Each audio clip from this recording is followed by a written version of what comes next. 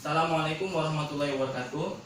Alhamdulillahirobbilalamin. Puji syukur kita panjatkan kehadirat Allah Subhanahu wa taala. Di mana saya Muhammad Alfian lagi akan mempresentasikan mengenai makalah manajemen organisasi yang berjudul proses mempengaruhi dan proses pengambilan keputusan dalam suatu organisasi. Yang pertama sekali yang akan saya bahas adalah mengenai proses mempengaruhi dalam organisasi. Apa yang dimaksud dengan proses mempengaruhi dalam organisasi? Yang dimaksud dengan proses mempengaruhi di dalam organisasi adalah bahwasanya ianya merupakan cara daripada suatu organisasi, baik individu ataupun kelompok secara kumulatifnya, untuk mempengaruhi orang yang berada di luar organisasi tersebut. Tujuannya apa? Memberikan afeksi ataupun perhatian yang besar terhadap orang yang berada di luar organisasi tersebut. Nah, dalam proses mempengaruhi organisasi terdapat 3 elemen yang paling penting. Yang pertama adalah orang yang mempengaruhi. Orang yang mempengaruhi tentunya adalah orang yang berada dalam organisasi tersebut, baik organisasinya ataupun individunya. Yang kedua adalah metode yang digunakan.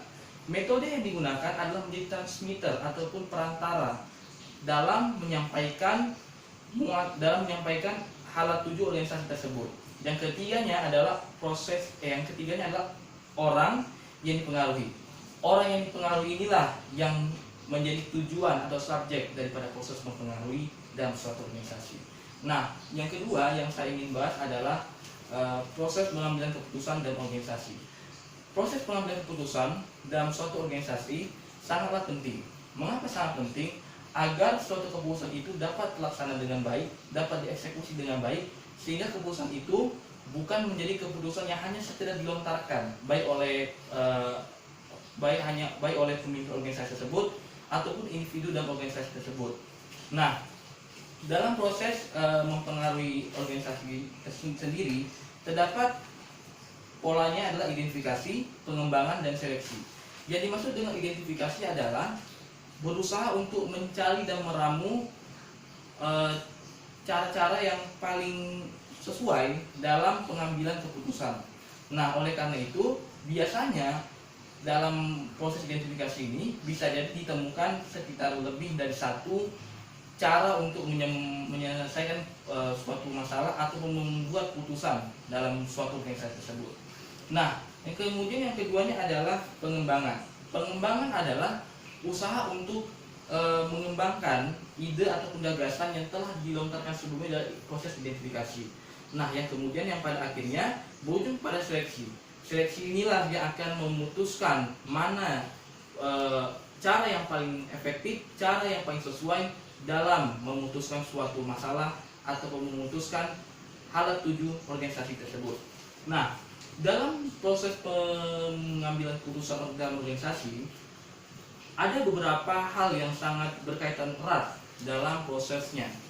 Nah, misalnya adalah rasionalisasi keputusan. Rasionalisasi keputusan bermakna setiap keputusan yang diambil oleh individu ataupun organisasi secara kumulatif tentunya harus menggunakan nalar yang matang, yang tentunya jika putusan itu dilaksanakan tentunya putusan tersebut bisa terlaksana dengan baik. Nah, kemudian ada juga gaya pengambilan keputusan. Gaya pengambilan keputusan biasanya berkaitan erat dengan karakteristik daripada orang yang memiliki kemampuan dalam organisasi tersebut dalam mengambil keputusan. Misalnya ada seseorang yang karismatik.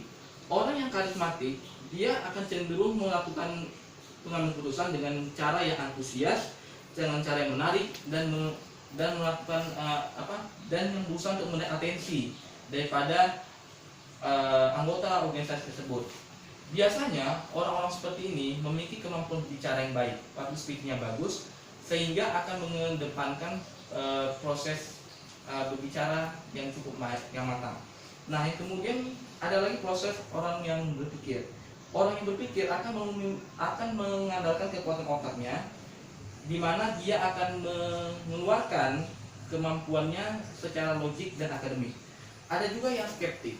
Yang skeptik itu biasanya lebih cenderung pesimistis ataupun lebih banyak permintaan, tetapi secara garis besar orang seperti ini akan menimbulkan check and balances yang cukup luar biasa matang dalam suatu organisasi. Nah, kemudian ada seorang yang penurut.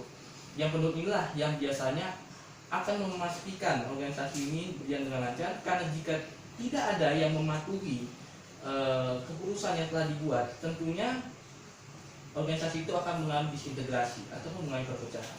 Nah, selanjutnya jika kita mengambil secara garis besar, maka ada sekitar 2 model dalam pengambilan keputusan, yaitu adalah orang yang mengedepankan rasional, yaitu adalah gaya berpikirnya secara dengan nalar, penalaran, dan ada juga yang secara sosial. Secara sosial inilah yang akan mengembangkan pola pikir yang lebih berusaha untuk mengedepankan atensi daripada orang-orang yang ada di organisasi ataupun di dalam organisasi dalam pengambilan keputusan.